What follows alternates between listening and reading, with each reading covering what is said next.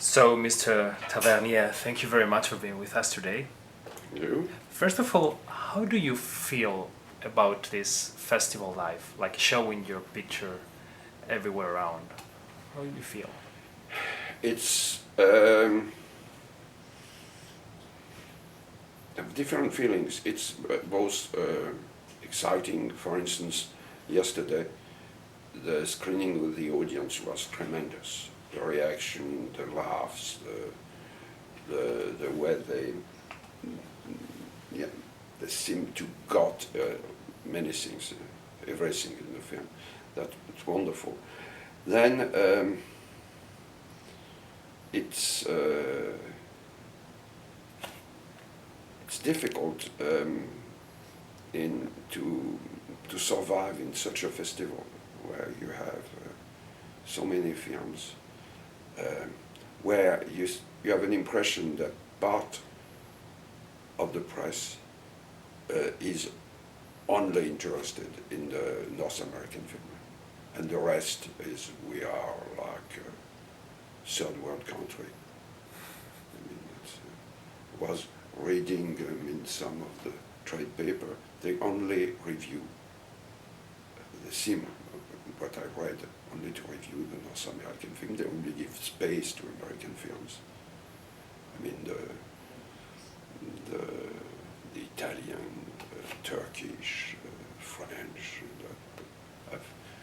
For instance, in this issue of Screen, you have, and I'm sure that yesterday, there were films from different nationalities that doesn't seem to get attention there, not from the audience, that the audience is there, but from people. I mean, it's. So, what's the problem here? What's the problem between the press and the people? Because if we press are not attending the people's needs. I don't know. I mean, but in North America, I mean, that's it's you know that the foreign cinema in America has never been more than 3 or 4%, and you have a press which covers that in some cities, New York, Boston, San Francisco, even Los Angeles, but in the rest of America, with a few exceptions, you have here and there a film club, you have here and there a journalist who is doing an extreme good work. But I sometimes met people in Houston, Texas, I mean, who was working in a TV station. He had never seen, he had he had seen 3 or 4 foreign films in his whole life. That's weird. And he asked me, why you French directors, you have all your films subtitled? And I said, but they are not subtitled in my own country. And it seemed that it was a real discovery for him. I thought maybe the foreign directors were a category of people who was liking to have small letters at the bottom of the image. That was very bizarre. That was one of the most bizarre questions I've ever had in my life. That's awkward because this is the biggest country in the world. I mean, powerful economically and politically, and they are like somehow blinded to the rest of the world. Yeah, and that explains a lot of mistakes they have made. I mean, the foreign policy had been very often a disaster. A disaster in the last decades. I mean, Vietnam War, the Iraq War, that was one of the. It's not only a mistake; it was a crime. It was totally done. The policy in Iran had been stupid. In Syria now. Yeah, but in Iran, when they destitute, they did a coup against Mossadegh, and they gave power to the Shah, and at the end what they got was an Islamic government. They did the same everywhere. being always totally terrorized by the left, the communists, so they were eliminated, the democratic government, supporting dictator all over the world, and ending up by people like Castro, Chavez, Islamists, and so they were always getting 10 times worse. And, yeah. that explains that in a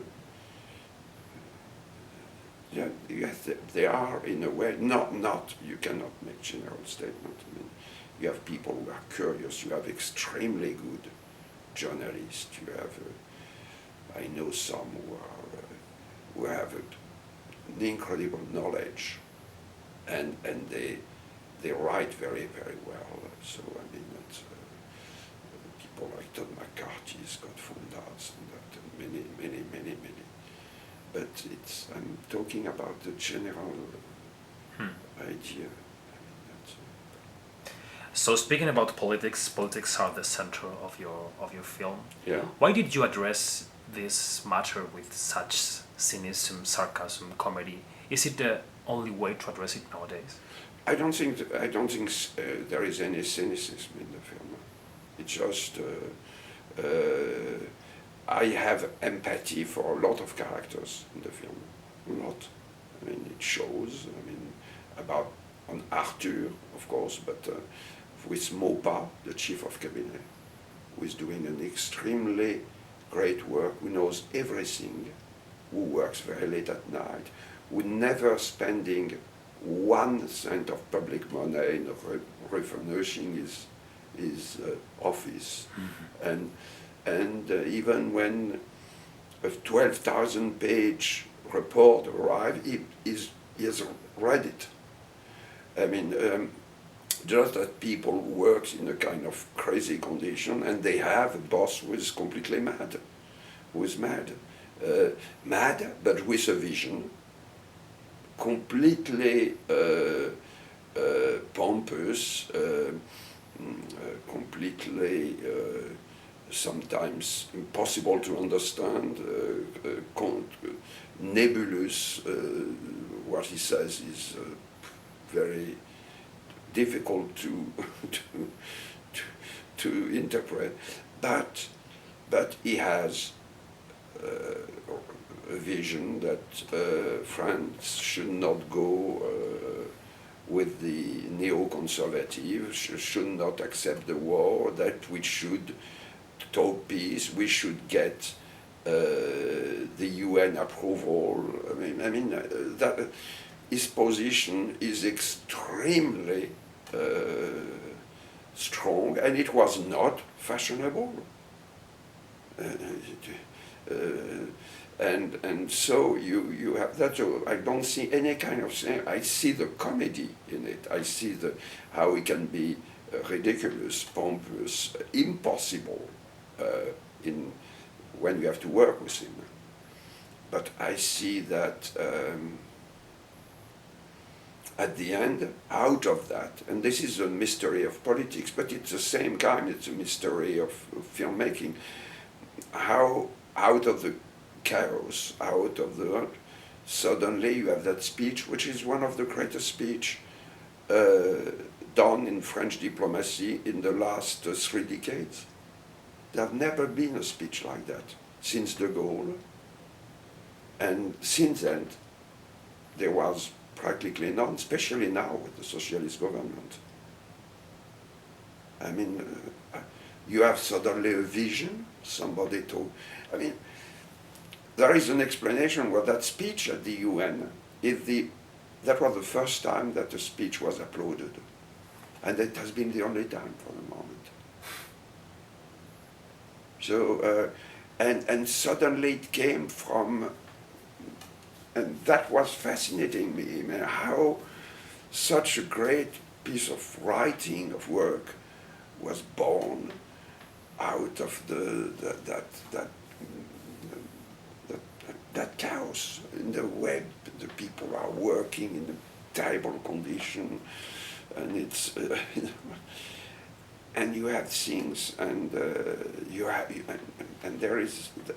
I found that for me moving, and I know that I say it a little bit about filmmaking because I've heard that some films where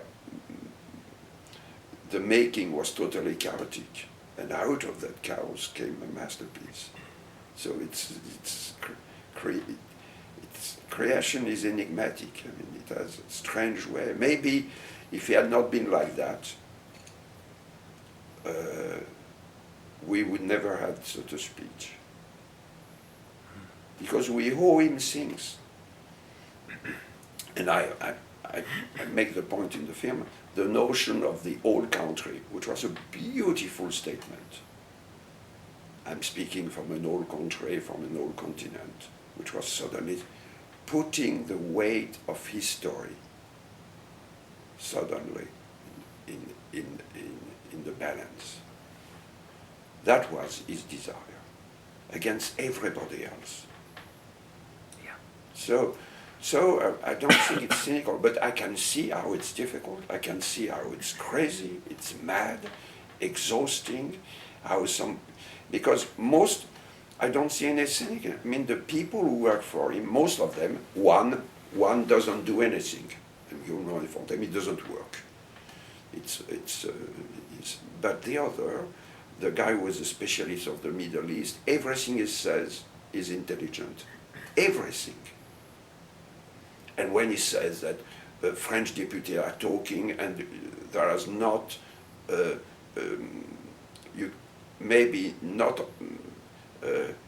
are not even three among the deputies who know where the frontiers of 1967. I mean, this is true. I mean, about the ignorance of the politician, the fact that they don't remember anything, that everything becomes slogan, and he's always complaining about that now people, the press, that they need to have things simplified, and simplification is the opposite of understanding. It's making points there.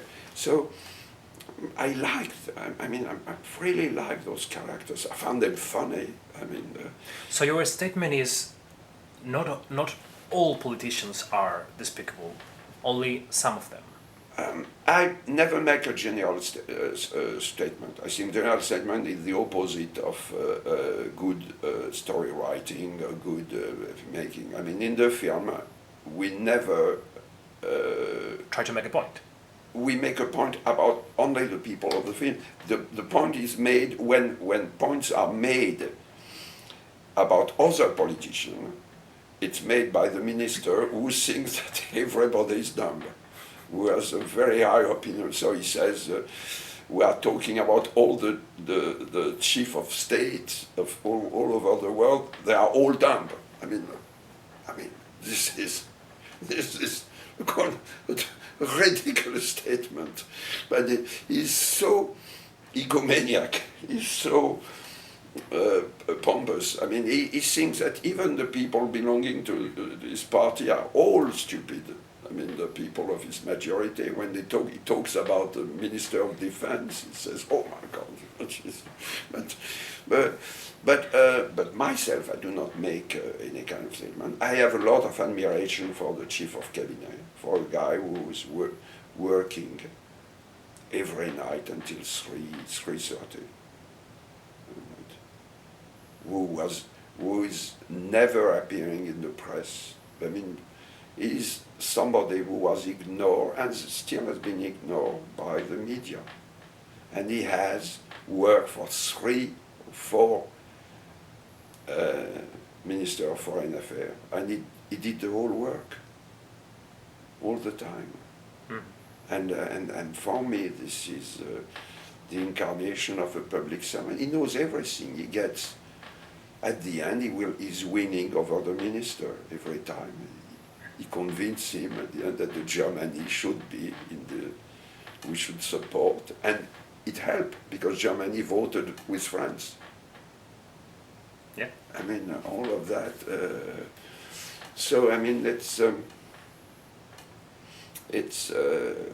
I find this is But I think the great comedies are very rarely cynical.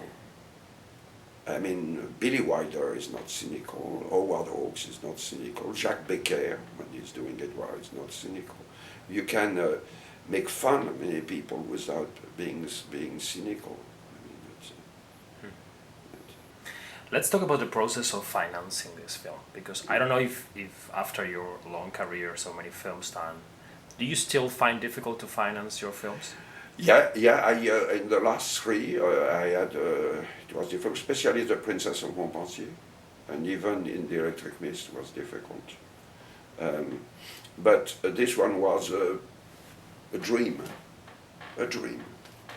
That's been first time since a long time. That's Why? a dream. I don't know, because people at Pathé like the idea. Jérôme Sédoux called me. I remember that it was during the Christmas holidays. I was on holidays in a hotel. I received a call from the head of Pathé. I've read the first draft. It's very funny.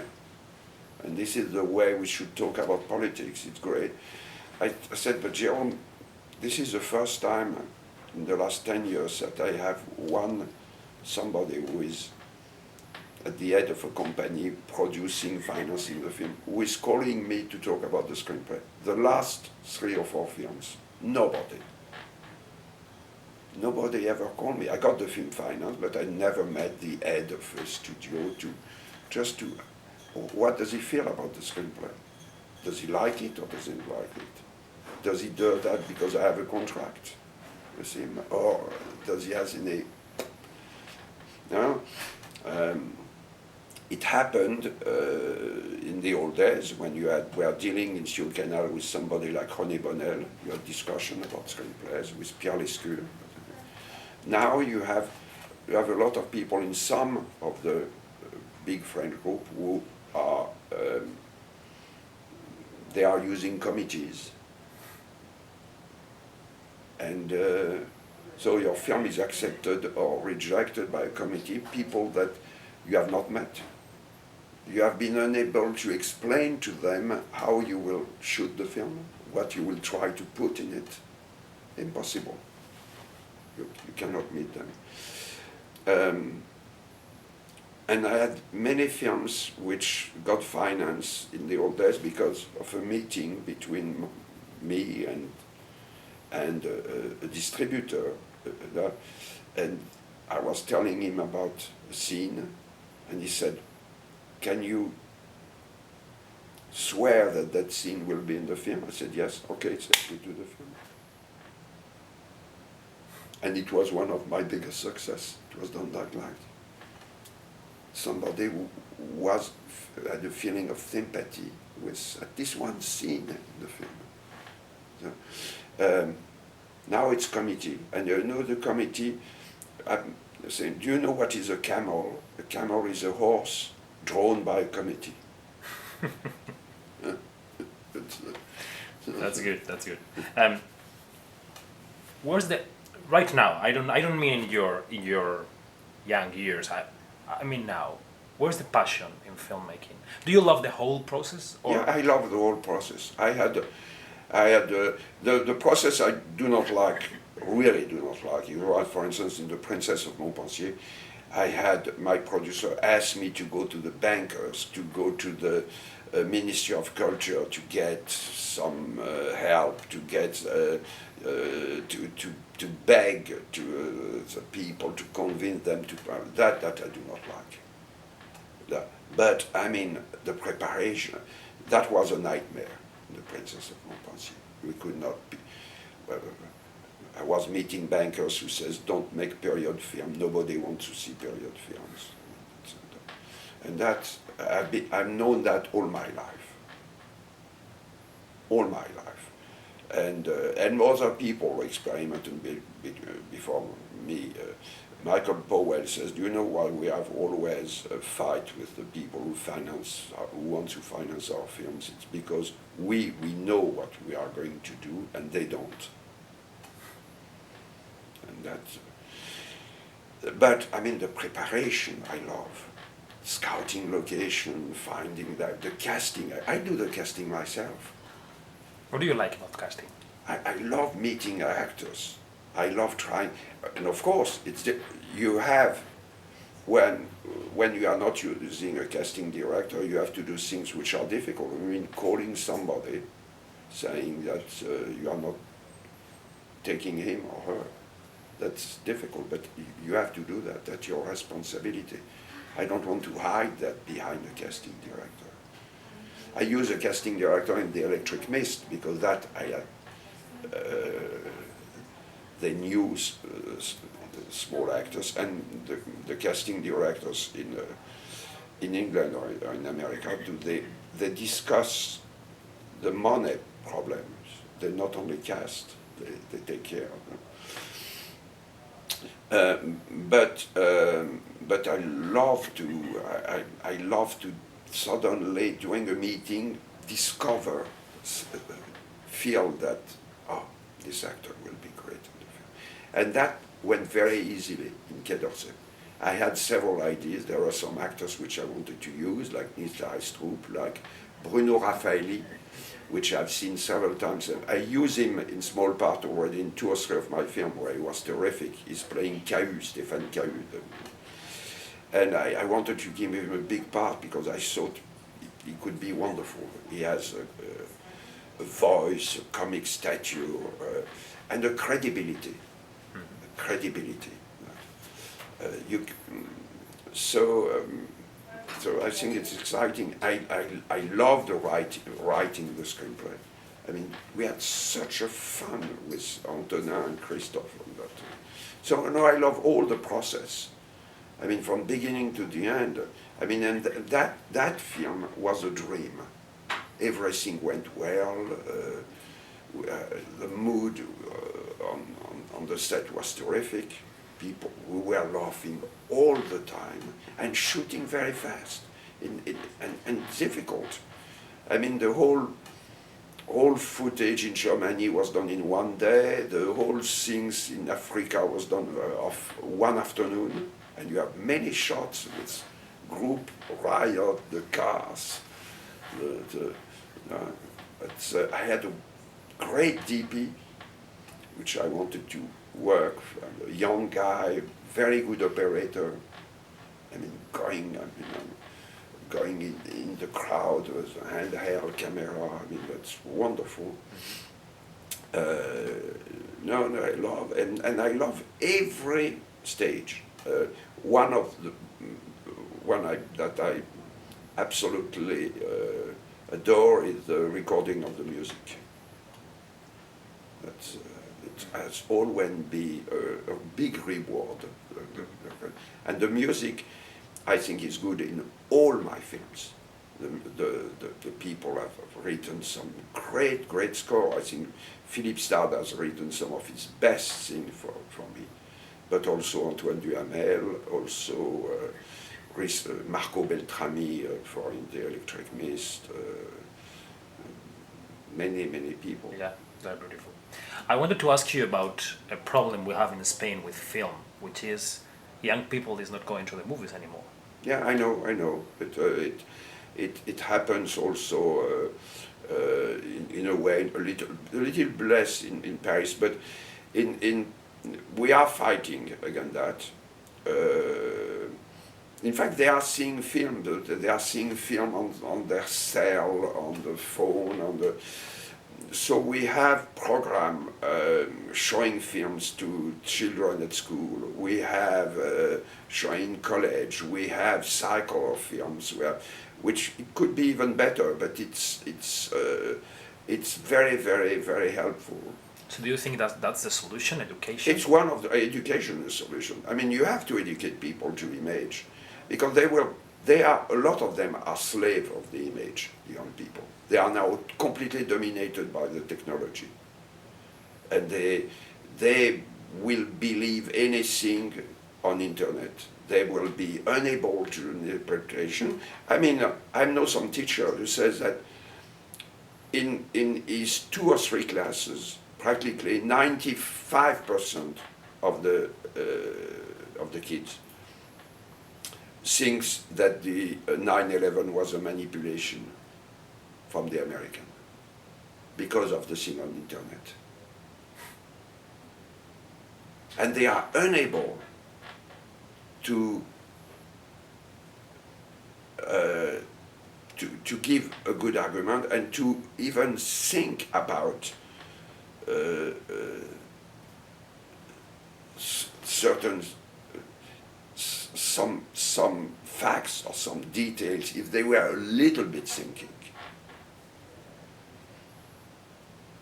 they would say this is impossible.